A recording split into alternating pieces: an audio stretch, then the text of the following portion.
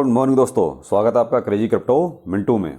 Market आप देख रहे हैं आज 29,000 पर ट्रेड कर रहा है अपना बीटीसी और सारे लगभग जो है आप देख रहे हैं ग्रीनरी आई हुई है। इसकी वजह रही फेड का इंटरेस्ट रेट जो आपका 0.25 बेसिस पर ही रहा, यानी न बढ़ा न घटा और किसी तरह का कोई बहुत ज़्यादा मूवमेंट नहीं। पावेल साहब ने भी कोई बहुत ज़्यादा नेगेटिव में ऐसा कुछ नहीं बोला और ना देखिए पावेल साहब भी आज जो बोले वो एक तरह से न्यूट्रल टाइप का था, यानी उसमें कुछ ऐसा नहीं था जिससे ये लगे कि मार्केट में कोई डंप आ सकता है। यानी घुमा फिरा के बातें जो कहते हैं ना कि ना इधर का बोलना है ना उधर का बोलना है, कह भी सब कुछ देना है लेकिन क्लियर कुछ नहीं बोलना, तो वो वाली सिचुएशन रही पावेल साहब की। तो मार्केट के मूवमेंट में देखिए कोई बहुत ज़्यादा आपको अप एंड डाउन इसीलिए नज़र नहीं आया। अगर ऐसा होता कि साहब पावेल साहब कुछ भी पॉजिटिव बोलते तो मे बी जो आप 29,000 देख रहे हैं ना ये आपका 30 भी क्रॉस कर सकता था, 31 भी जा सकता था अगर पावेल साहब कुछ पॉजिटिव बोलते। लेकिन क्या था, पावेल साहब घुमा के जलेबी बनाते रहे।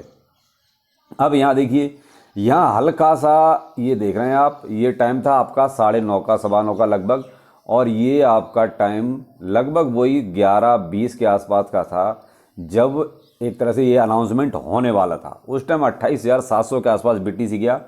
केवल इसी अंदाज उसमें था कि साहब अगर बीपीएस ये कम किया जाता है यानी ख़त्म किया जाता है, लास्ट हाइक होगा शायद ये, तो मे बी यहीं से ये बाउंस बैक मारता। लेकिन जैसे ही अनाउंसमेंट हुआ प्राइस आपका डाउनफॉल आया। ठीक है, अब डाउनफॉल इसीलिए आया क्योंकि सब कुछ वैसे ही था जैसे यूजुअल था।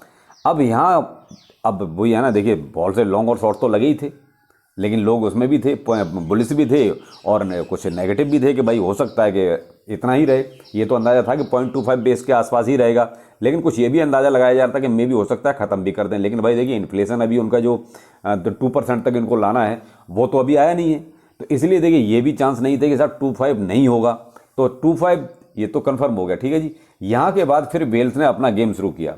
मार्केट तो देखिए नीचे ही आ रहा था इसके बाद, लेकिन वेल्स ने गेम शुरू किया, मार्केट को पंप किया और सीधा जो है 29,000 पे ले जाके टांग दिया। ये यहाँ पर देखिए आपका लगभग 3.5 के आसपास, 3.5 और 4 के बीच में 29,200 पे ले जाके मार्केट को ऊपर टांग दिया, यानी वही $1,000। आप ये देख लीजिए मार्केट में जो ये गेम वेल्स खेलते हैं वो 1,000, 1,200, 1,500, 1,000, 1,200 यही वो ऊपर नीचे करते हैं। अब यहाँ ये देखिए मार्केट का मूवमेंट लगभग साइडवे ही रहेगा जहाँ तक अभी थोड़ा सा जो मार्केट की सिचुएशन है, क्योंकि कुछ भी प्लस माइनस नहीं हुआ।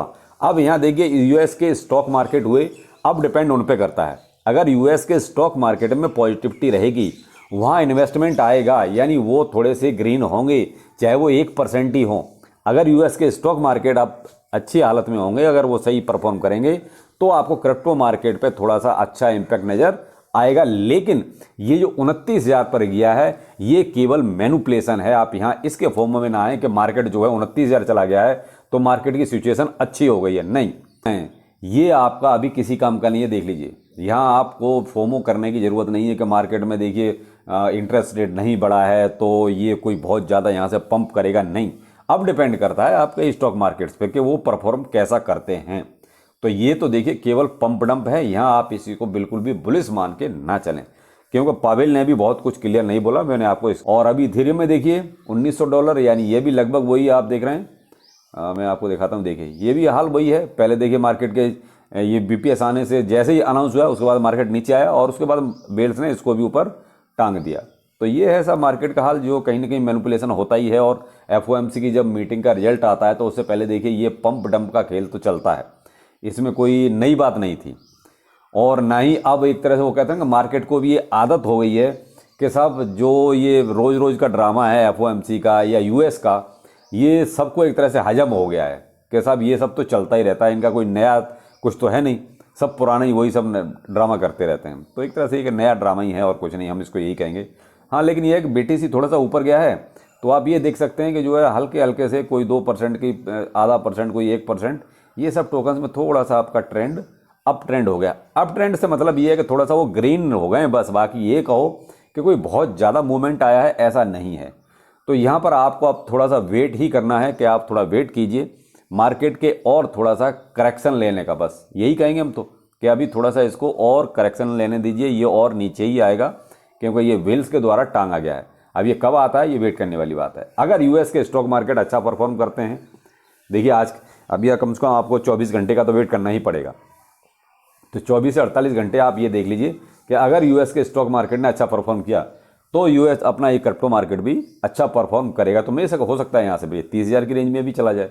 लेकिन अब आपको ये चीज़ देखनी पड़ेगी, तो फेड के इंटरेस्ट रेट से तो ज़्यादा कुछ फ़र्क पड़ा नहीं मार्केट पे, एज यूजुअल जैसा है वैसा है।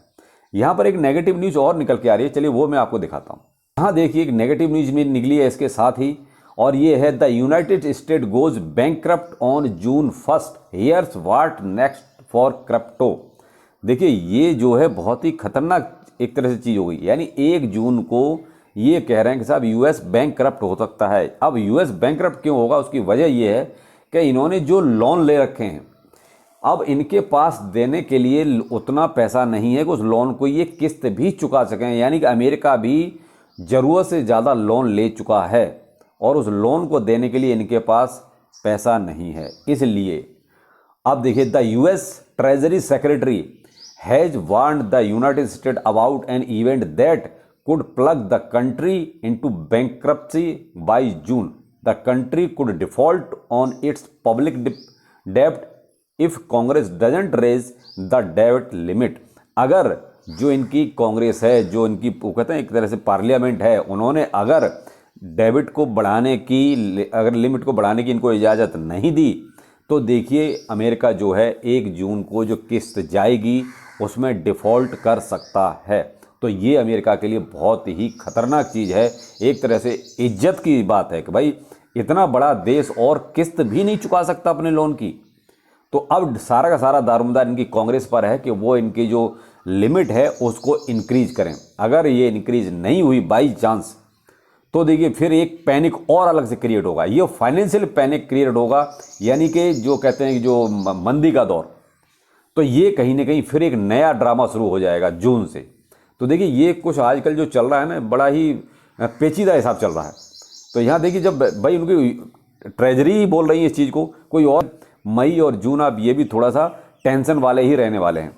अगर इनकी अब इस पर भी ध्यान रखना पड़ेगा, क्या इनकी ये लिमिट इंक्रीज हो रही है या नहीं हो रही है। अगर लिमिट के इंक्रीज हो जाती है लिमिट तो वेल एंड गुड, बहुत अच्छा, फिर तो कोई दिक्कत नहीं है, फिर तो जो है सब कुछ पॉजिटिव रहेगा। अगर यहाँ बैंकरप्सी होती है या मान लीजिए अमेरिका किस्त नहीं दे पाता है, तो देखिए फिर 1-2 महीने और ख़राब हो जाएंगे।